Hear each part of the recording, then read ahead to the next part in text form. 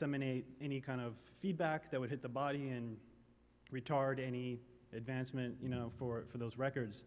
But at the same time, there was a commentator who was talking at the same time who said that he thought that one of the biggest advantages that were going to come at this point was not so much going to be about making a faster pool, because he thought that time had come. Basically, that's as fast as pools are going to get. If you want to go faster, it's not going to be necessarily even a technology of the swimsuit, but it's going to be engineering of the water itself, the chemical composition of the environment that people were moving through. And for me, this was rather intriguing because in terms of environmental design, the things that we're moving it through, it's much more of a design about the water and less of a design than the pool itself. So the water, in a way, became the technology and the design as a designer.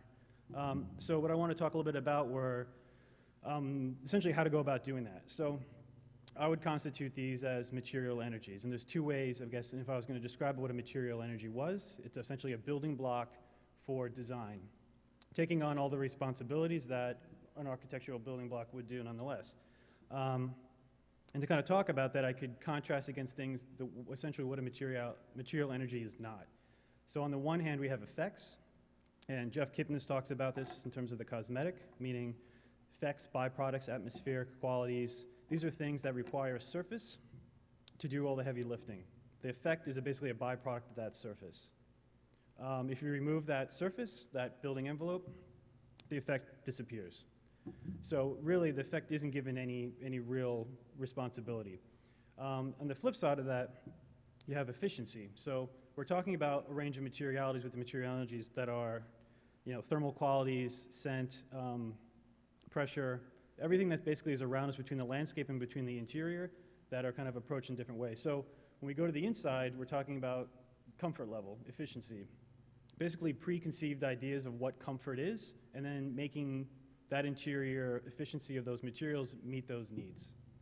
And what I want to do is kind of contrast this to a kind of collusion with those material energies with that of our senses as humans. So I think Juan Enriquez was mentioned a little earlier, who's kind of understood as an authority within economic and political impacts within the life sciences, but he kind of talks about this idea of Homo evolutus, which is basically an artificial movement of the human body and an advent of our senses. So if you think about it, just a few years ago, people who were either born deaf or blind, the technology's made it so that they can see shadows and light or can hear some degree of sound.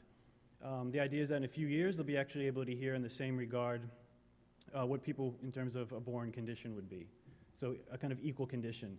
If you keep playing that thing forward, within a few years after that, they'll be able to hear at a higher level of decibels than the human ear can hear, being able to see ultraviolet, being able to see a range of materials that we can't pick up. So for me, what's interesting about this is that you've probably heard something like this before. You may have heard something like this 10 years ago. But for me, it's not only just the idea that the senses of our body are increasing, their sensitivity, but also that the materials and the energies that we can quantify and that we can control is also increasing. If you take those two things together, you're talking about new materialities in which you can sense and organize spatial boundaries. Because at the end of the day, this is what interests me and what I take from it as an architect, which is essentially what are we doing in terms of organizing spatial boundaries, defining boundaries that pull things apart and bring them back together.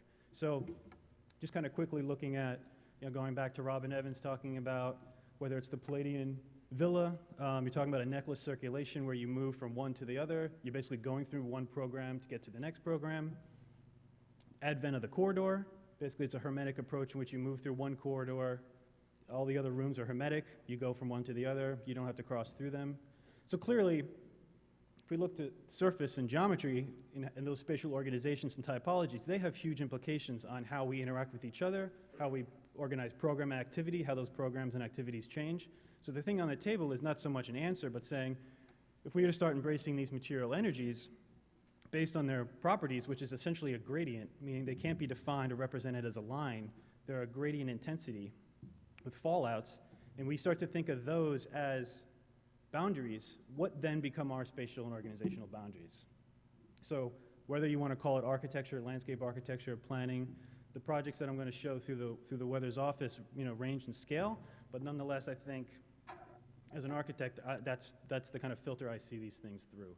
And one of the things that comes across from this, we're looking here at a Julius Schulman photograph on the left, this kind of social setting that's been depicted there. And this really, the discussion I'm trying to have here and put forward isn't really something of introducing the new to all this. It's essentially more of a through the looking glass condition. So as you flip that and you go to the right-hand side, and we pull out all those geometries and all those surfaces that are doing all the spatial organization, preventing rain from getting in, telling you how you cantilever over something, where the furniture goes, and instead you replace those with a different definition of a physical boundary. What are those social settings? What are those domestic settings?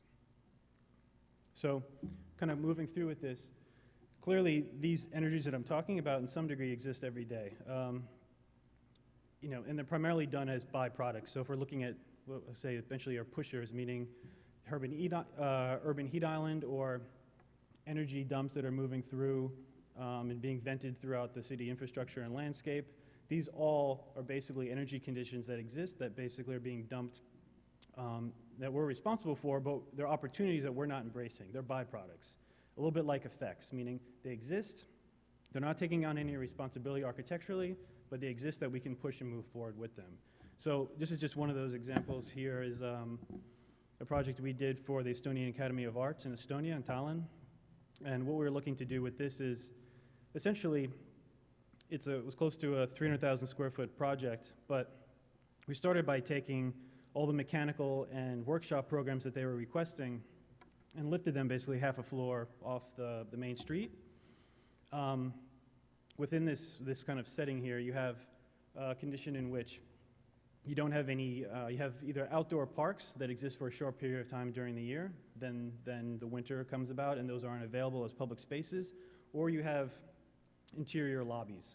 So that are air-conditioned and preconditioned spaces, but they're interior lobby conditions. So we were trying to create a third condition, which was these climactic lungs that move through the building. So the offices and structures and studios existed on the upper level. This public park existed in the middle. And we found a way in which we could then harness that energy and create it into a public park that was open air, but was essentially recycling those conditions for uses as a city resource and a city park. Just to keep that going with this idea of these pushers was our project for the addition for the Aspen Library in Stockholm, which was essentially starting off by looking at a double skin system and wondering, instead of trying to use that to mediate the interior, what if we made that a very big, extreme structural system and actually use any of that energy that could be garnished to actually be pumped to the outside of the building. So this large skin system, which wraps a lot of the program, was a way in which we could take those things, figure out what programmatic activities could be removed and pushed to the outside, and realizing that then for us, context was not something that's about necessarily your adjacency, meaning what's your neighbor physically, but it became a climactic context. So during the course of the year, which you can't quite see very well, but on the up and the left are two different time periods of the year, and depending what that feedback is with the landscape and the climate, those spatial boundaries moved and shifted.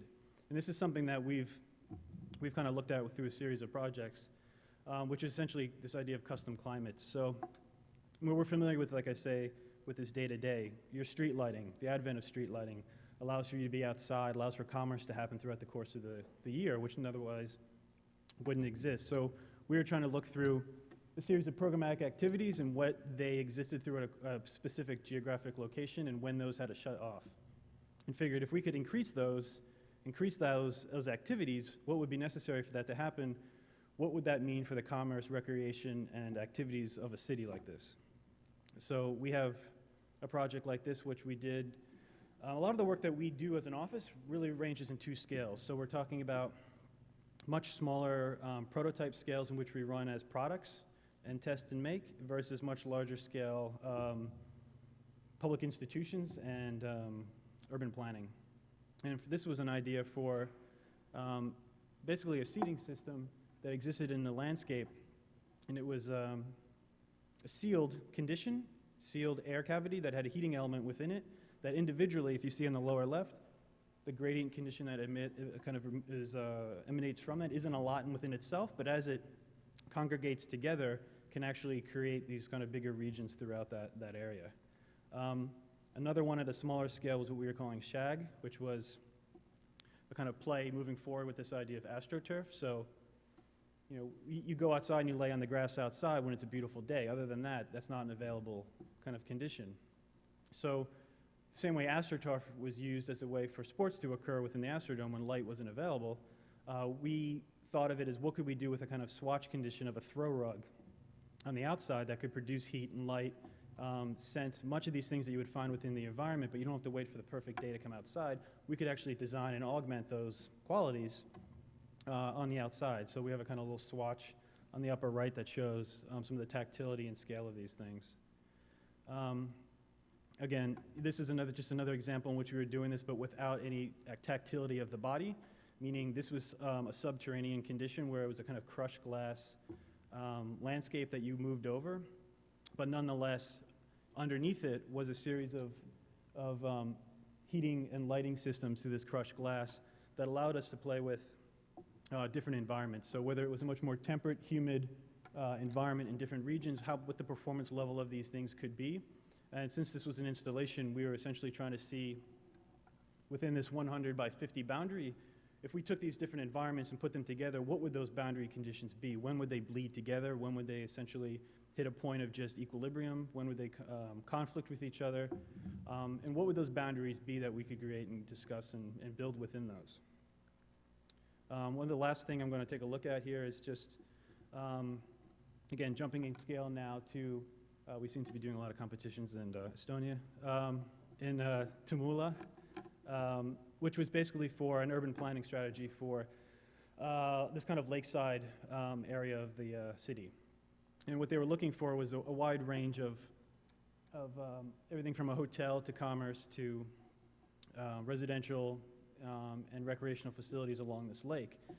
And what I want to kind of get across here is that, so we're all familiar very much with this idea of the Noli plan, of which you take a look at the kind of take a map of Rome in which you can take public and private, you cut the map and you see all the public land versus all the private spaces, and it gives you a new understanding of the city. But if you do that, you know, within the city or basically any city with that's out there, contemporary city, you basically get essentially a very similar Noli plan condition, but it's not one of public-private, it's one of conditioned versus unconditioned. So it's very coincident with the envelope of the building. You cut that thing through it, and everything in the interior of that envelope is a conditioned space. Everything on the outside of it is thought to be uncontrollable. There could be byproducts like I talked about, but essentially they're not designed elements within the landscape. So our thought behind this was to go back and actually create a gradient Noli plan in which we were laying out the basic footprint of the building that we needed. We lifted it off the ground, created these larger kind of glass greenhouse shapes above it for the recreational facilities.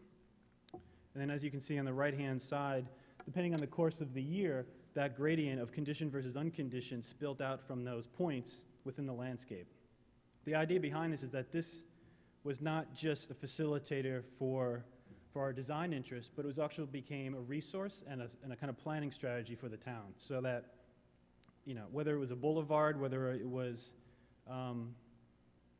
any type of mechanism for laying out a city grid, ours was an idea of this conditioned space, so that throughout the course of the year, these zones of gradient conditions would increase and decrease, but also meant that those became stimulators for development.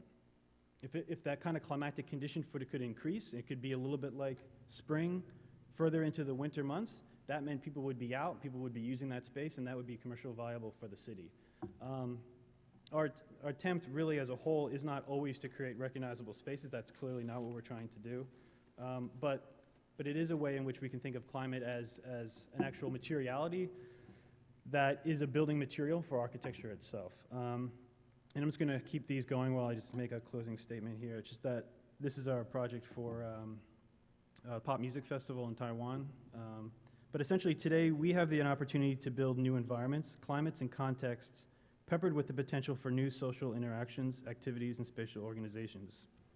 We as designers should be seeking the creation of contexts and sites previously unseen and untested For these materialities are no longer out of the range of implementation and should they themselves be absorbing the responsibilities associated with architecture.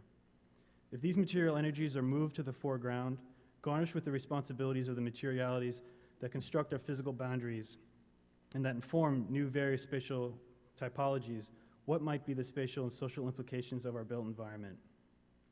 The intentions here is to foreshadow and draw out the spatial and organizational implications that stem from these endeavors. Thank you very much.